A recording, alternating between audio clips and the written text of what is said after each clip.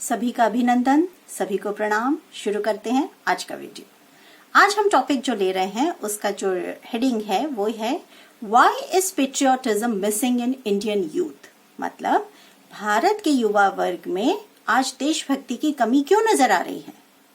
जैसा मैं हमेशा कहती हूँ, कहीं ना कहीं जो भी हम करते हैं उसका रिफ्लेक्शन हमारे बच्चों के व्यवहार में हमें नजर आता है। इसका मतलब हमने कहीं ना कहीं बचपन में कुछ ऐसी बातें कर दी हैं बच्चों के सामने जिसके कारण आज बच्चों में देशभक्ति की कमी नजर आ रही है। सबसे पहले पॉइंट, हमने बच्चों को एक ये चीज सिखाई है, कुछ गाने हमने बच्चों को सिखाए, मैं बहुत ज्यादा डिटेल में नहीं जा रही। हमने कुछ गाने ऐसे सिखाए हैं कि दे दी हमें आजादी बिना खड़ग बिना ढाल। अब इस गाने का मतलब ये हुआ कि हमने अपने बच्चों को ये बताया है कि आजादी आपको बहुत आसानी से मिल गई थी, बिना किसी मेहनत के मिल गई थी, बिना किसी स्ट्रगल के मिल गई थी। लेकिन हुआ जबकि उल्टा है। हमारी आजादी, देश को आजादी प्राप्त करने में कई लाखों करोड़ों लोगों का खून बहा है, तब जाकर के देश आजाद हुआ है। तो ये कहना बिल्कुल गलत होगा कि बच्चों को हम ये सिखाएं कि बिना खड़ग और बिना ढाल के हमें आजादी मिली। तो ऐसा नहीं है। हमें बहुत लाखों करोड़ों लोगों ने खून बहाया है, तब जाकर हमें आजादी मिली है। कई लाखों लोगों का स्ट्रगल इसमें छिपा हुआ है। तो इसलिए हम ये चीज बच्चों को बताना शुरू करें कि आजादी आसानी से बिल्कुल भी नहीं मिली है, बहुत मेहनत से मिली है, बहुत लंबे स्ट्रगल के बाद मिली है। तो उसको रिस्पेक्ट करना आवश्यक है। उसके बाद हम एक और चीज बोलते हैं कि इंडियन पॉलिटिक्स में बहुत करप्शन है। एक हम आते जाते हम अक्सर ये सुनते रहते हैं कि इंडियन पॉलिटिक्स में बहुत करप्शन है, इंडिया में बहुत करप्शन है, दूसरे देशों में तो सब चीज बहुत अच्छी होती है। जबकि हम आपको सच्चाई बता दें, हर देश में, चाहे वो छोटा देश हो या बड़ा देश हो, डेवलप्ड हो या डेवलपिंग हो, सभी देशों में करप्शन पाया जाता है।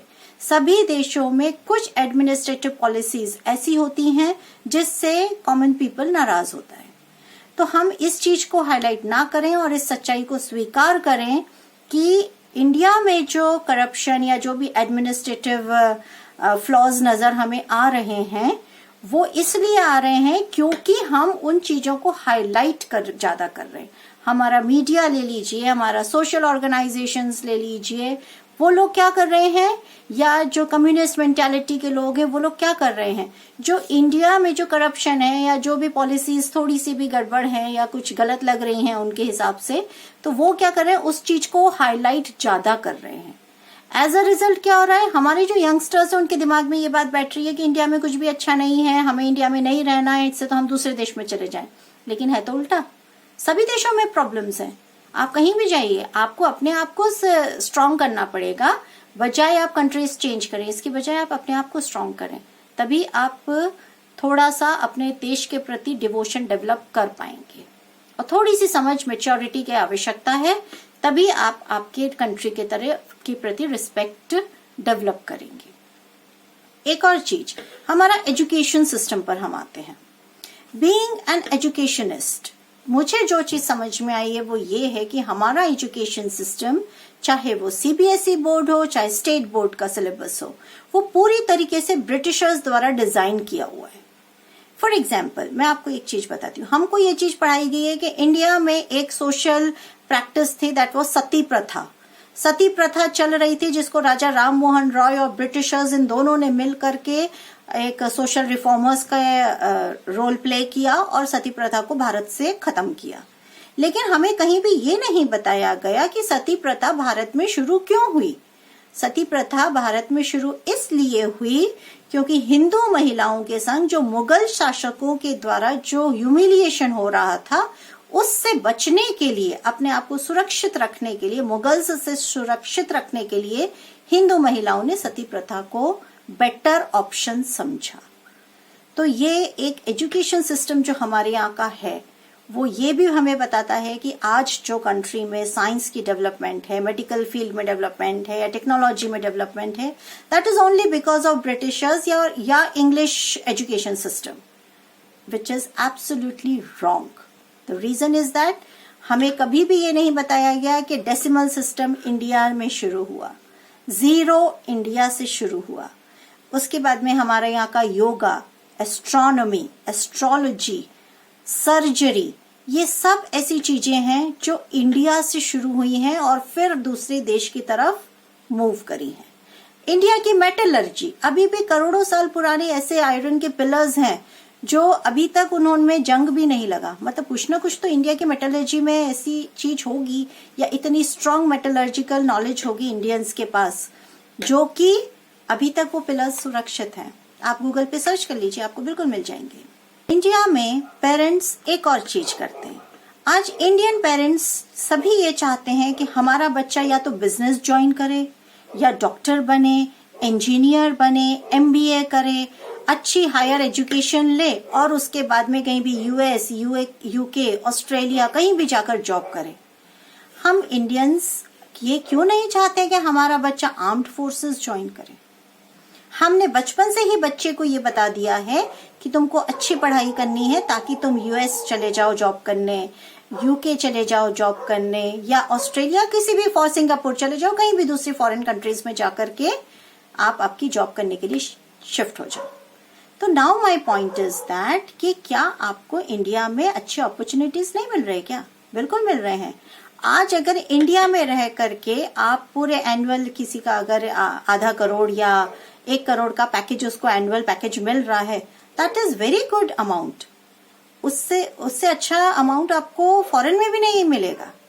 तो माय पॉइंट इज दैट कि हम एज एन इंडियंस हम ये मोटिवेट करें अपने स्टूडेंट्स को, या अपने बच्चों को, कि हम अपने जो शिक्षा बच्चे ले रहे हैं वो शिक्षा से वो इंडिया को ही सर्व करें, आर्म्ड फोर्सेस ज्वाइन करें। हम ये चाहते हैं कि हमारा बच्चा डॉक्टर बन जाए, इंजीनियर बन जाए, लेकिन हम ये नहीं चाहते कि हमारा बच्चा फौज ज्वाइन करे। क्यों नहीं? एक और चीज जो होती है, बच्चे ये देखते हैं जो एनआरआईज है, नॉन रेजिडेंशियल इंडियंस, उनको इंडिया में ज्यादा रिस्पेक्ट मिल रही है।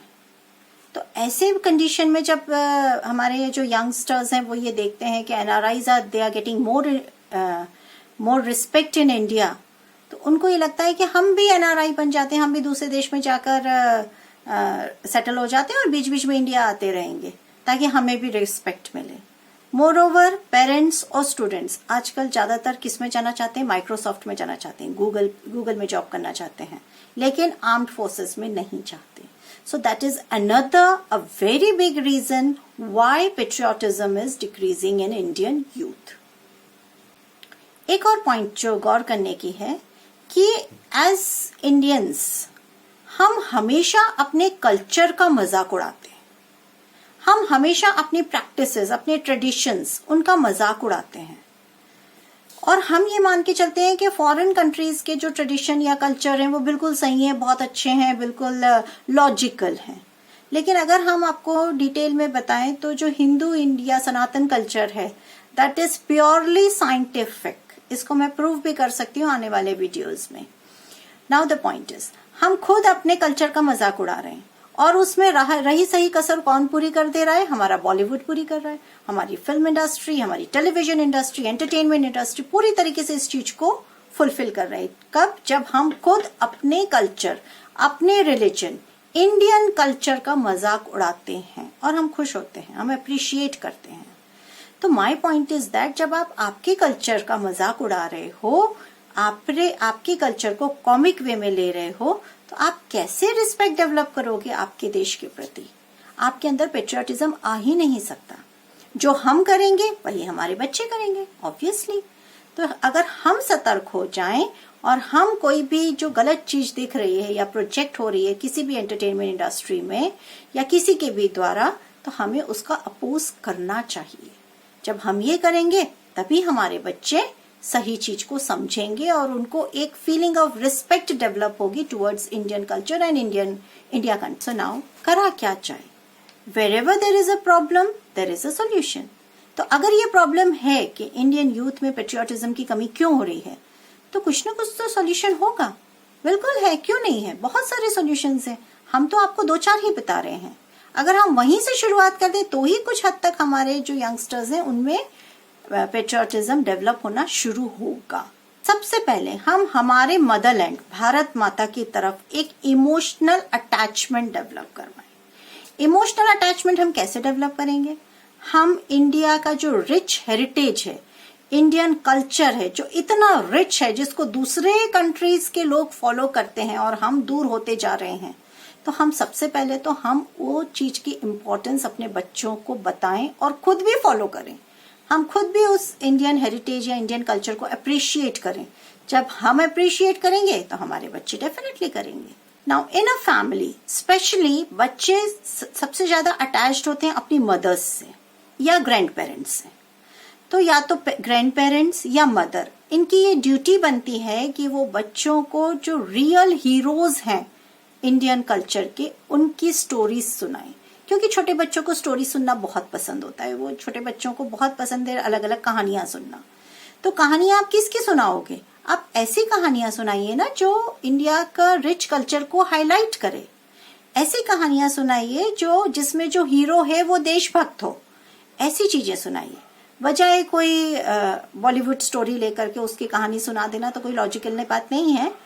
तो माय पॉइंट इज दैट कि आप कोई ऐसी स्टोरी सुनाइए जिसमें बच्चे को रियल हीरोज के बारे में पता चले। आप शिवाजी की कहानी सुना सकते हैं, आप पृथ्वीराज चौहान की कहानी सुना सकते हैं, रानी लक्ष्मीबाई की कहानी सुना सकते हैं, और भी बहुत सारे एग्जाम्पल्स हैं हमारे इंडियन हिस्ट्री में। दो फायदे होंगे, आप खुद भी समझेंगे, एज अ पेरेंट्स आपको भी पता चलेगा कि इंडियन कल्चर कितना रिच था जो शायद आप भूल चुके हो, और आपके बच्चे एक सही दिशा में एक अच्छा भारतीय नागरिक बनकर तैयार होगा। Now one thing, every child should have a respect towards his mother tongue। हमारी जो भारतीय भाषा है, आपकी कोई भी रीजनल लैंग्वेज हो सकती है, ओके, विद ड्यू रिस्पेक्ट, आप उसको अप्रिशिएट करिए ही। साथ में आप हिंदी को भी, आप मातृभाषा को भी आप उसमें मैक्सिमम कम्युनिकेशन करवाइए बच्चे से। द रीजन इज दैट कि ये कहना कोई शान की बात नहीं होती है कि मेरा बेटा इंग्लिश में तो बहुत अच्छा है लेकिन उसकी हिंदी वीक है। अगर आप भारत में रह करके ये बात बोल रहे हो तो आपको शर्म आनी चाहिए ये बात बोलने में कि मेरा बेटा या मेरी बेटी इंग्लिश बहुत अच्छा बोलती है लेकिन हिंदी उसकी वीक है। जो मातृभाषा है आपकी मातृभाषा हिंदी है, आप उसको तो पहले स्ट्रांग करिए, अदरवाइज आप कहीं के भी नहीं रहेंगे। ना आप इंग्लिश में परफेक्ट हो पाएंगे, ना आप हिंदी में परफेक्ट हो पाएंगे। तो एटलीस्ट आप आपका रिच कल्चर को पढ़ने के लिए, उसकी डेप्थ को समझने के लिए, आप जो हमारी मदर टंग है उससे कनेक्शन डेवलप कीजिए, उसमें मैक्सिमम कम्युनिकेशन कीजिए, जिससे कि आपको इंडियन कल्चर का या इंडियन हेरिटेज का डेप्थ समझ में आए। Now the point is that there are many of the students and many of the parents who say that Sanskrit is a language जो हमको समझ नहीं आती। संस्कृत कौन पढ़ता है आज के जमाने में संस्कृत? आपने ऐसा बहुतों को कहते हुए सुना होगा। Now my point is that Sanskrit is a language जो फॉरेनर्स आज उसको सीख रहे हैं, पढ़ रहे हैं, समझ रहे हैं। रीजन इसलिए ताकि वो जो रिच लिटरेचर है, इंडियन लिटरेचर है जो संस्कृत में लिखा हुआ है, जो फॉरेनर्स अपने साथ ले गए थे, इन्वेडर्स अपने साथ ले गए थे, उसको स्टडी कर सकें। तो हम एज इंडियंस, हमारा भी फर्ज बनता है कि हम थोड़ा रिस्पेक्ट अपनी संस्कृत भाषा को दें। हम नहीं पढ़ पा रहे, इट्स ओके, हम नहीं पढ़ रहे हैं, हमें नहीं समझ में आ रही, कम से कम हम मजाक तो ना उड़ाएं। या कोई व्यक्ति अगर संस्कृत में एक्सपर्ट है तो हम उसका मजाक तो ना उड़ाएं, कम से कम इस बात का तो हम ध्यान रख ही सकते हैं। तो my point is that video को बहुत लंबा ना करते हुए इसका सेकेंड पार्ट दोबारा हम लॉन्च कर देंगे, लेकिन आज के समय हम इतना ही करेंगे कि सबसे पहली चीज पेरेंट्स को अवेयर होना जरूरी है। पेरेंट्स सबसे पहले अपने व्यवहार में परिवर्तन लाएं, उसके बाद ही बच्चों में परिवर्तन की उम्मीद करें। क्यों? क्योंकि अगर पेरेंट्स एक पेट्रियोटिज्म डेवलप करेंगे अपने अंदर, अपनी लैंग्वेज के प्रति, अपने देश के प्रति, अपने इंडियन कल्चर, अपने हेरिटेज, ट्रेडिशंस, इसको जब पेरेंट्स रिस्पेक्ट देंगे तभी हमारे जो बच्चे हैं, जो यंगस्टर्स हैं, वो भी रिस्पेक्ट देना शुरू करेंगे। सेकेंडली, हम अपने बच्चों को सिर्फ एक मशीन ना बनाएं, हम अपने बच्चों को सिर्फ साइंस, टेक्नोलॉजी, गूगल, माइक्रोसॉफ्ट इसमें ना डालें। हम बच्चों को कुछ आर्म्ड फोर्सेस की तरफ भी मोटिवेट करें। रीजन, आर्मी हमारी एक स्ट्रांग है। They are real heroes, army people, they are real heroes of India. चाहे कोई भी डिफेंस सिस्टम ले लीजिए, आर्मी, नेवी, एयरफोर्स, कोई सा भी ले लीजिए, they are the actual heroes of India. तो हम हमारे बच्चों को उस डायरेक्शन में भी मोटिवेट करें और सिर्फ बिजनेस, डॉक्टर, इंजीनियर ये ही ना बनाएं। क्यों? क्योंकि देश तभी स्ट्रांग रहेगा जब हमारा डिफेंस सिस्टम स्ट्रांग रहेगा। With this I promise to launch another section of the same topic. इसी टॉपिक पर हम एक दोबारा वीडियो बनाएंगे जिसमें कुछ और पॉइंट्स कवर किए जाएंगे, लेकिन आज के लिए वीडियो बहुत लंबा ना हो जाए इसलिए हम इसको यहीं पर विराम देते हैं। नमस्कार।